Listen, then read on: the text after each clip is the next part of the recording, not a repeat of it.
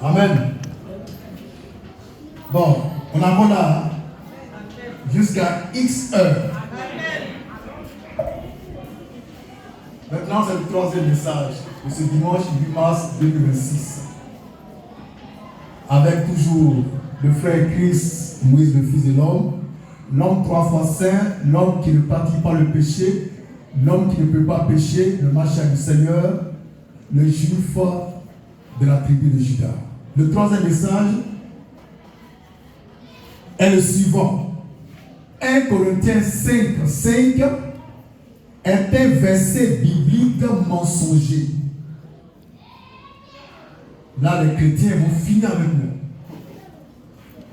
Parce que c'est le finisseur. Ils ne peuvent rien créer.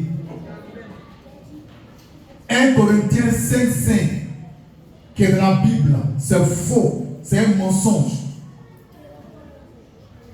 Et je vais le prouver par la parole.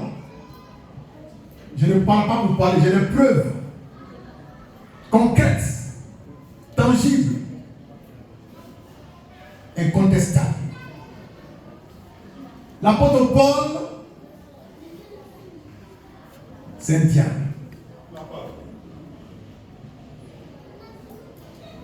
Il a servi Jésus. Donc c'est un vrai apôtre, il a fait des choses bizarres. Et il a emballé tous les chrétiens dans sa promenade doctrinale.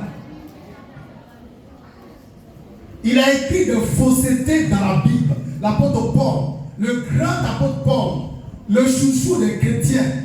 Les chrétiens aiment Paul plus que Pierre. Or, c'est à Pierre que Jésus-Christ a donné les clés du royaume des cieux. Les chrétiens ont été un problème. Parce que Paul a beaucoup écrit, vous pensez qu'il est dans le vrai. Il est dans le faux, par moment. Dans le vrai, par moment. Et il a écrit 1 Corinthiens 5. Et moi je dis, par la manifeste, que ce verset biblique-là est faux. Il est mensonger. Il ne vient pas du Seigneur. Mais je vais expliquer pourquoi. Mais avant ça, on va lire 1 Corinthiens 5. Dans deux versions différentes. La version du second et la version, la Bible du Seigneur. Là-dessus. 1 Corinthiens 5, verset 5. Oui. Version du second. Version du second. Quel tel homme soit livré à Satan. Soit livré à Satan. Pour la destruction de la chair. Pour la destruction de la chair. Afin que l'esprit soit sauvé. Au jour du Seigneur Jésus. Au jour du Seigneur Jésus. Version Bible du Semeur. Là-dessus. 1 Corinthiens 5, verset 5. Oui. Quel tel homme soit livré à Satan. En vue de la destruction du mal. En vue. Non, pas ce passage-là. Je t'ai déjà dit ça.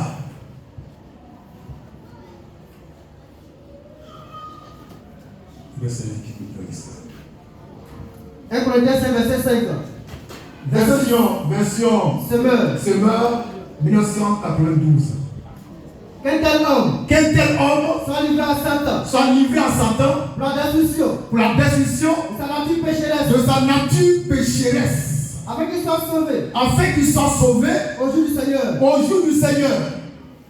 Par conséquent, cet homme-là n'était même pas sauvé quand il couchait avec la femme de son père. Amen. On nous fait croire que c'est un chrétien et puis il prépare son salut. Qui t'a dit ça? On va relire. C'est un diable, un sorcier qui s'est infiltré dans le troupeau du Seigneur. Un pédé, un violeur, un woubi. Un côté 5, version la Bible du Seigneur. Oui. Quel tel homme soit livré à qui? À Satan. Pour la destruction de sa nature pécheresse. On écrit nature pécheresse. Donc l'homme là, il avait en lui la nature pécheresse. Ça veut dire qu'il n'était même pas sauvé. Il partait à l'église. Il a couché avec la femme de son père. Et Paul dit, pour qu'il soit sauvé, il y aura deux choses à faire. La première des choses, il faut le livrer à Satan pour que Satan détruise en lui sa nature pécheresse. Donc, subitement, l'apôtre Paul, de sa propre autorité, a fait de Satan un rédempteur. Mais oui, Satan va le sauver. Donc Satan c'est un sauveur. D'après l'apôtre Paul, dans 1 Corinthiens 5:5, parce que l'homme est livré à Satan pour que Satan détruise sa chair. Et sa chair, c'est sa nature pécheresse. Donc Satan joue un rôle prépondérant dans le salut de ce bâtard. C'est pas dans le salut. Pour moi, Jésus suffit. Comment on peut donner à Satan un tel rôle, un rôle de rédemption, de salut, de rédempteur. Donc Satan est devenu rédempteur, puisqu'il peut détruire la nature pécheresse de quelqu'un, pour que maintenant ce quelqu'un soit sauvé après. Donc Satan c'est un sauveur, c'est un rédempteur.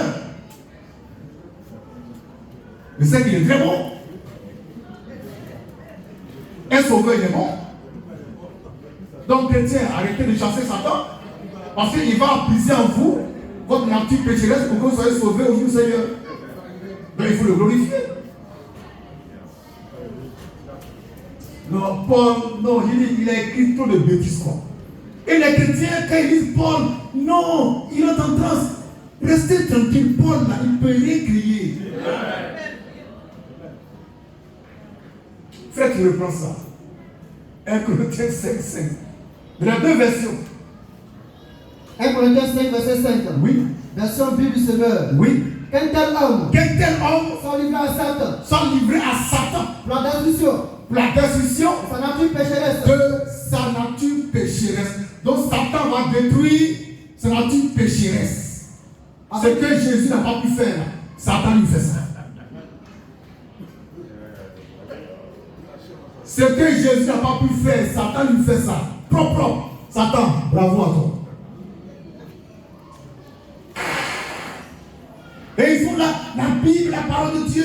La Bible n'est pas la parole de Dieu. La Bible n'est pas la parole de Dieu. 1 Corinthiens 5:5, là, c'est pas la parole de Dieu. C'est la parole de l'apôtre Paul. Il a dû manger, il ne sait pas ce qu'il a mangé. Mais c'est pas bon. Hein? Il a écrit ça, il était inspiré. Et l'onction qui est tombée sur lui. L'onction d'égarement.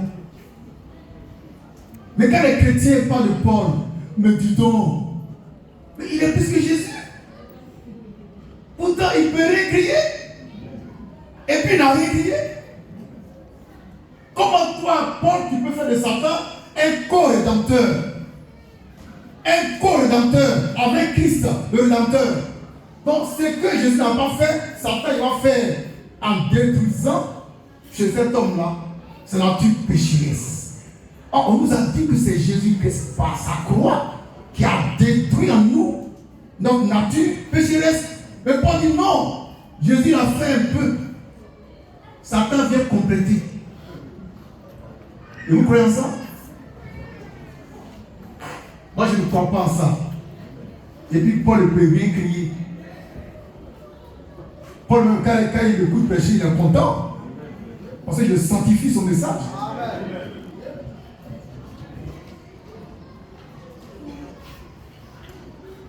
C'est bon? Maintenant, on prend la deuxième partie de ce message, de 1 Corinthiens 5:5, afin que son esprit soit sauvé au jour du Seigneur. C'est pas maintenant, hein? C'est au jour du Seigneur. Oh, ce jour-là, c'est le jour grand et redoutable. Le jour des calamités, de la grande tribulation. C'est ce jour-là que toi, qui as péché ici, tu allais être sauvé là-bas. Tu vas te prêcher. Tu vas te prêcher. Voyons Paul. Paul, il voulait jouer les sentimentalistes.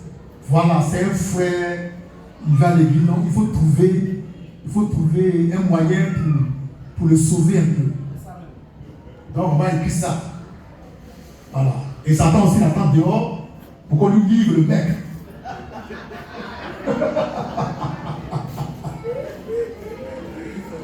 Donc on reprend le verset jusqu'au jour du Seigneur et puis on va terminer par Malachie 4, verset 5. Lecture. 1 Corinthiens 5, Oui. verset 5. Oui. Lui second. Oui.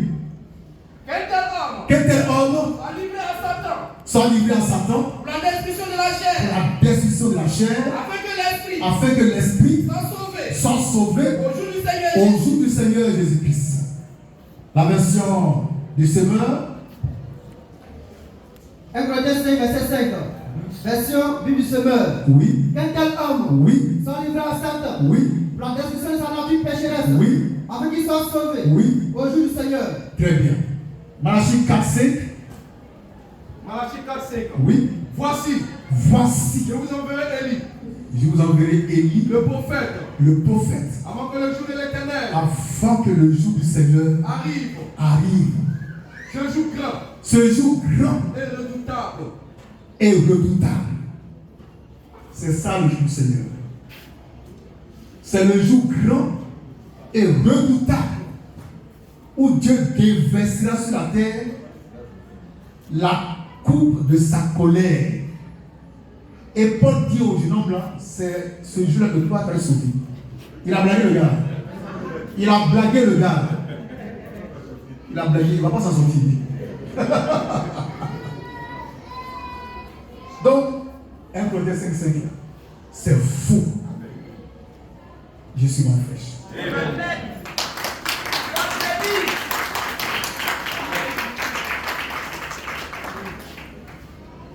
Maintenant, on passe aux questions.